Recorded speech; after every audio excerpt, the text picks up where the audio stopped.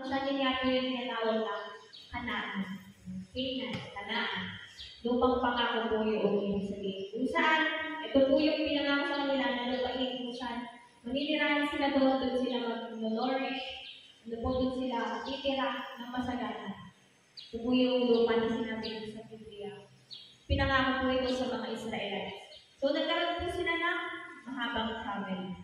Yan. Pangalawa po is kahalagahan po itong tinatawag na Gilgal. Sabi po dito, yung Gilgal daw ay nangangahulugang rolling over o pag-ikot. Rolling over.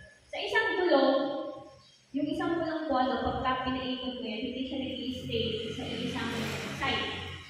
Di ba? Ano po ba yung tawag doon? Pero sinasabi ang mga tao na parang ang buhay ay parang gulong. Minsan nasa taas ka, minsan nasa baba o nasa ilalim. So, hindi palaging nasa taas yung sitwasyon, minsan nasa baba ka. Parang pinipipit o pinagulungan. Gulong ng buhay. So, rolling over, ibig sabihin, hindi siya nag-i-stay sa isang side lang. Rolling over. Ibig sabihin po ay all of the things will pass eventually. Kumbaga, lilipas.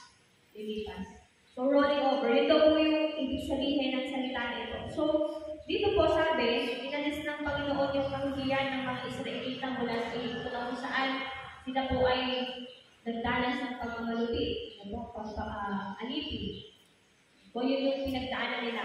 At marami pa po silang pinagdaanan. Kaya din po sa teksto ay pinagdiwang po nila ang Paskwa.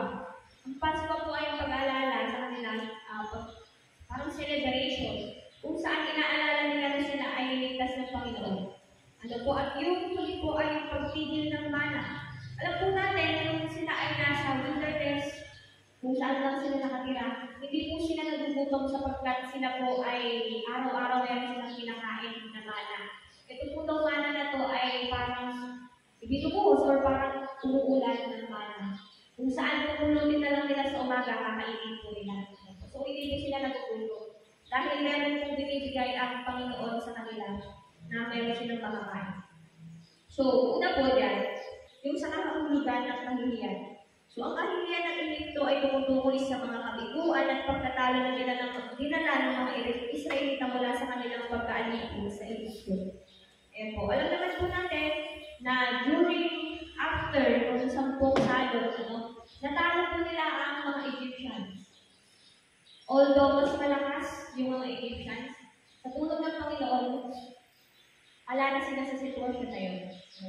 At gayon din sila, both ways po yun, naalis na sila sa pagiging alipin sa lugar na yun. So, andun po yung biyaya ng Diyos sa pag-alis ng kahihiyan sa mga tao na pag-gain ng pagtulungan.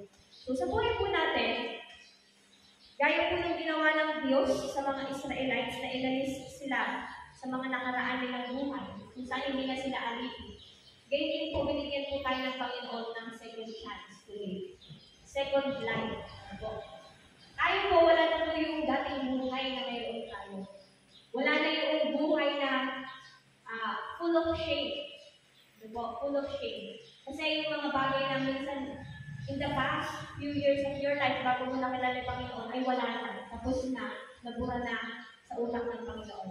Kung nakalimutan niya na yung mga mistakes mo, mga kasalanan mo, that is if you repent.